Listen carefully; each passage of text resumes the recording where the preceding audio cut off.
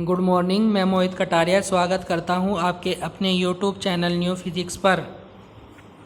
प्यारे बच्चों, हम आपको कक्षा 11 की भौतिक विज्ञान भाग 1 पढ़ा रहे थे, जिसमें हमने आपको लेसन नंबर 5 स्टार्ट किया था, जिसका नाम था रिजुरेखीय पथ में गति।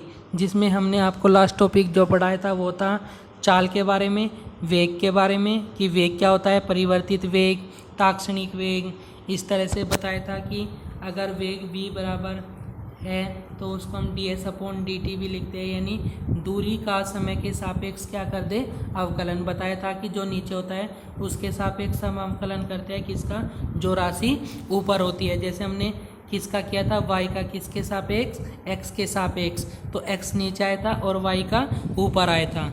तो इसी तरह से अगर हम दूरी का समय के सापेक्ष क्या कर दें, अवकलन कर दे, तो हमें क्या मिल जाएगा, वेग मिल जाएगा। ठीक है। और हमने आपको बताया था वेग कैसे निकालते हैं। तो इस और जो हमारा नेक्स्ट टॉपिक है वो है त्वरण।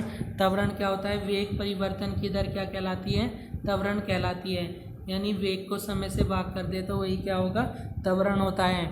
और इसको हम दूसरे जो फॉर्मूला लिखते हैं वो, या हम कह सकते हैं dv/dt, या हम क्या करें, वेग का समय के सापेक्ष क्या कर दे, अवकलन, तो हमें तब भी क्या प्राप्त होता है, त्वरण प्राप्त होता है। और a बराबर, इसको हम ऐसे भी लिख सकते हैं, या हम कह सकते हैं कि जो दूरी है उसका हम दो बार क्या कर दे, अवकलन, 2 बार क्या कर दे, अवकलन, तो तब भी हमें क्या मिल जाएगा, त्वरण मिल जाएगा। तो ये 2 बार किसका अवकलन हो रहा है, समय का अवकलन, दूरी का अवकलन हो रहा है किसके सापेक्ष, समय के सापेक्ष। कितनी बार, 2 बार। तो अगर हम 2 बार किसका, दूरी का अवकलन कर दे तो हमें तब भी क्या मिल जाएगा, त्वरण। अगर हम वेग का कर दे 1 बार तो तब भी क्या मिल जाएगा, त्वरण मिल जाएगा। ठीक है। तो इस तरह से फॉर्मूले आपको याद रखने हैं कि a बराबर d² dt भी होता है, a बराबर d/dt भी होता है, और a बराबर वेग परिवर्तन की दर भी, वेग परिवर्तन की दर भी क्या कहलाती है, त्वरण कहलाती है। अब आते हैं रिजुरेखीय पथ में ग्राफ के निरूपण। अब हम ग्राफ के माध्यम से गति को समझेंगे कि ग्राफ के माध्यम से कैसे स्थिति निकाली जाती है, कैसे चाल निकाली जाती है, कैसे त्वरण निकाला जाता है। ठीक है। तो एक विमीय गति में तो सबसे पहले जो गति है हमारी वो हमें स्थिति और समय, यानी जो हमें पहली जो हमने लिया है वो लिया है हमने दूरी और समय में जो ग्राफ खींचा गया है। तो इसके लिए हमने 5 अलग अलग ग्राफ खींचे हैं। पहला ग्राफ विस्थापन और समय में है। हमेशा याद रखना कि जो ग्राफ होते हैं उसमें समय को हमेशा एक्स एक्सिस पे लेना है, और जो कोई भी अन्य चीज़ है जैसे विस्थापन है, वेग है, उसको हमेशा वाई एक्सिस पे लेना है। ठीक है, कहीं पे लेना है, वाई एक्सिस पर लेना है।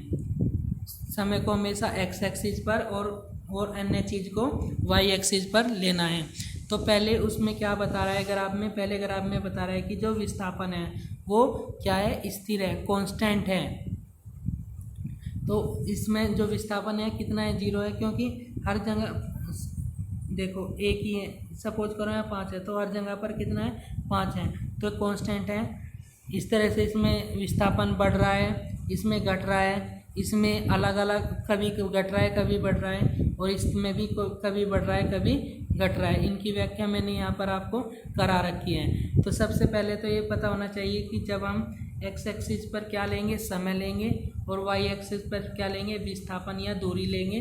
तो जो हमें इन दोनों के बीच ग्राफ खींचेंगे, सपोज करो 1 सेकंड में कितना, मैं ग्राफ आपको समझा देता हूँ। दूसरा कलर ले लेते हैं इसके लिए कलर ले लेते हैं, हम ब्लू कलर ले लेते हैं समझाने के लिए आपको। देखो, हाँ ये ठीक, ये हमारी एक्स एक्सिस है और ये वाई एक्सिस है। ठीक है, क्या है, एक्स एक्सिस है, वाई एक्सिस है। इधर हमारा समय है सेकंड में और इधर विस्थापन है मीटर में। तो ये 1 second, 2 second, 3 second, 4 second, 5 second, इसी तरह से 1 मीटर, 2 मीटर, 3 मीटर, 4 मीटर। ठीक है।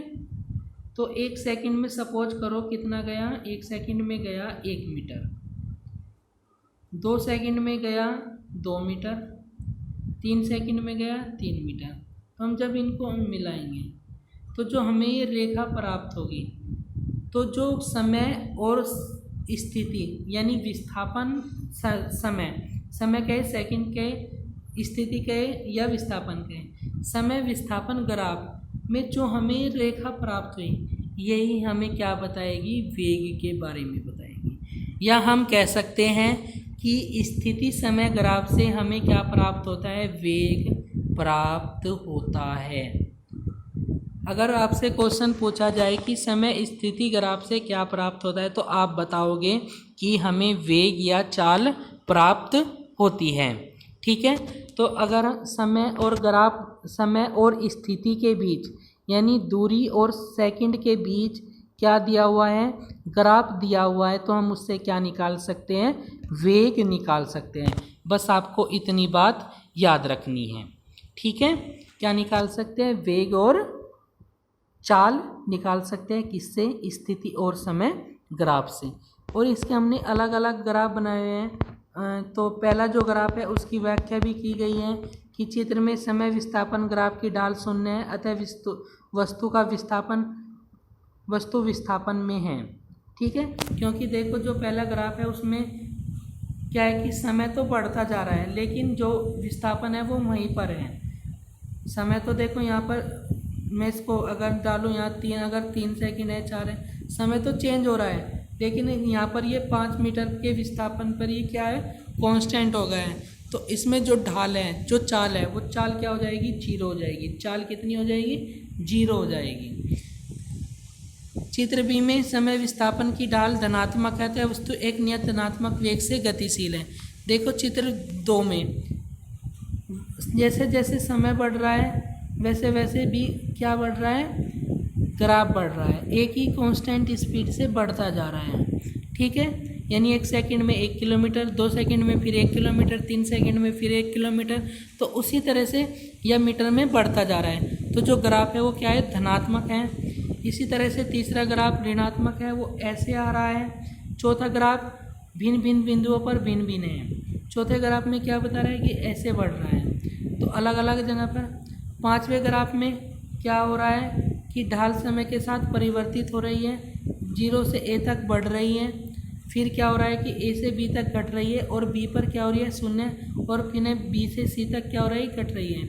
देखो पांचवा ग्राफ, 0 यहाँ से o से a तक बढ़ा, फिर घटा, फिर यहाँ पर 0 हो गया, फिर घटा। तो इस तरह से अलग अलग ग्राफ ये बताए गए हैं। तो आप इन ग्राफ को आपको पढ़ना है। फिर इसी तरह से वेग समय ग्राफ आता है। अगर वेग और समय के बीच हम ग्राफ खींचे तो उससे हमें क्या प्राप्त होता है, त्वरण प्राप्त होता है। इसमें मैंने आपको निकाल के भी दिखा रखा है त्वरण, कि ये कोई ग्राफ है, ओ बिंदु है, यहाँ पर a डैश t समय है, फिर यहाँ b डैश t2 समय है, यहाँ पर वेग v1 है, फिर ये वेग v2 हो गया, यहाँ पर समय a, ये बिंदु c है, यहाँ पर ये, तो यहाँ से c से b तक चला गया, तो इन दोनों के बीच हमने वेग का अंतर निकाल लिया v2 माइनस, ठीक, यहाँ से हमने समय निकाल लिया t2 माइनस t1। तो जो समय वेग की ढाल है वो त्वरण होगा a बराबर v2 अपॉन t1, इसे डेल्टा v अपॉन dt, या हम कह सकते हैं a बराबर b अपॉन c। यानी इस तरह से हम क्या निकाल सकते हैं, इससे त्वरण निकाल सकते हैं। ठीक है, तो ये हमने क्या निकाला, त्वरण निकाला। कि देखो यहाँ पर वेग v1 हो गया था, फिर यहाँ पर v2 हो गया, यहाँ पर समय t1 हो गया, यहाँ पर समय कितना हो गया, t2 हो गया। तो त्वरण निकालने के लिए हमें क्या चाहिए, वेग बटे समय। तो वेग हमने यहाँ से निकाला, समय यहाँ से निकाला अंतर, तो दोनों का मान रख दिया और उनके मान देखे कि वे किसके किसके बीच में है। तो डेल्टा वी किसके बीच में है, बी सी के, और डेल्टा किसके बीच में है, ए सी के। तो डेल्टा वी की जगह ए बी सी लिख दिया और डेल्टा टी की जगह ए सी। तो ये त्वरण का फॉर्मूला बन गया।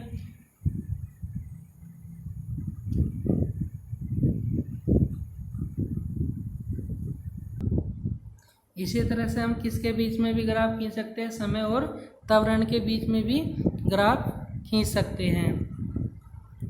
तो त्वरण और समय के बीच से हमें कोई भी रिलेशन नहीं मिलता, बस हमें क्या मिलता है, फॉर्मूला प्राप्त हो जाता है, बस हम उसके बीच में गणना कर सकते हैं। ठीक है, और एक बात और बता दूं कि अगर हमें ग्राफ से क्या निकालनी हो, दूरी निकालनी हो, क्या निकालनी हो, दूरी निकालनी हो किससे, ग्राफ से, तो हम उसका क्या निकाल लेंगे, क्षेत्रफल निकाल लेंगे। जहाँ तक कि हमें दूरी निकालनी है तो उसका हम क्या निकाल लेंगे, क्षेत्रफल।